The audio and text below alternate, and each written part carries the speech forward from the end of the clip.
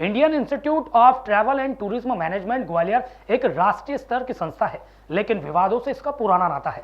संस्था के कंसल्टेंट पद पर कॉन्ट्रैक्ट बेस पर कांति प्रसाद गौतम को लगातार 9 साल से एक्सटेंशन मिल रहा है। इसी को लेकर शिकायतकर्ता मनोज प्रताप सिंह यादव ने IITTM के डायरेक्टर और पूरी व्यवस्था पर गंभीर आरोप लगाए हैं। इस नियुक्ति को नियम विरुद्ध बताते हुए इसे समाप्त करने के लिए संस्था को लीगल नोटिस भेजा है।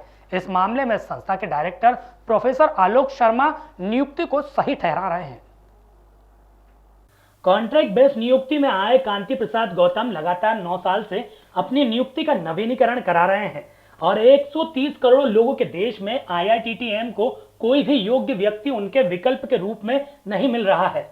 शिकायतकर्ता का साफ कहना है कि नियमानुसार इस पद पर नियुक्ति का अधिकार केवल सचिव पर्यटन विभाग को है।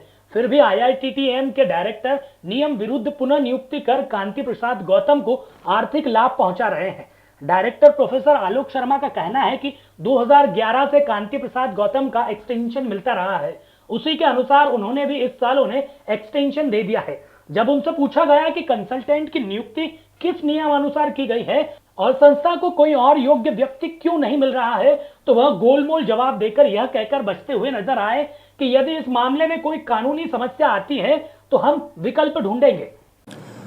KP गौतम जी का जो मामला है, ये करीब 2011 में इनका अपॉइंटमेंट हुआ था और उसके बाद हर साल इनका एक्सटेंशन होता आ रहा है और ये एडमिनिस्ट्रेटिव मामलों में सलाहकार हैं और इनको जिस तरह से पहले हमेशा एक्सटेंशन मिलता रहा है उसी तरीके से कानून के दायरे में डायरेक्टर की पावर्स के तहत जो कुछ भी लीगली संभव है उससे इनको 1 साल का एक्सटेंशन उस कार्रवाई के द्वारा 1 साल का एक्सटेंशन दिया गया है यहाँ। और जो चुनौतियाँ इस क्षेत्र में मिली हैं उनको हमने एडवोकेट्स के थ्रू जांच करने के लिए बोल दिया है कि कानूनी तौर पे क्या वस्तु स्थिति है, इसकी जानकारी हमें मिलेगी तो उसको हम संज्ञान में लेके आगे कार्रवाई और करेंगे। कंसल्टेंट का पद सब ये महत्वपूर्ण है। एक करीब 2011 के करीबी संस्था को एक ऐसे जैसे यूनिवर्सिटी में रजिस्ट्रार रहते हैं उस तरह से एक पद की ज़रूरत थी और उसके लिए रिटायर्ड सीनियर ऑफिसर्स को प्लेस किया गया इस जगह।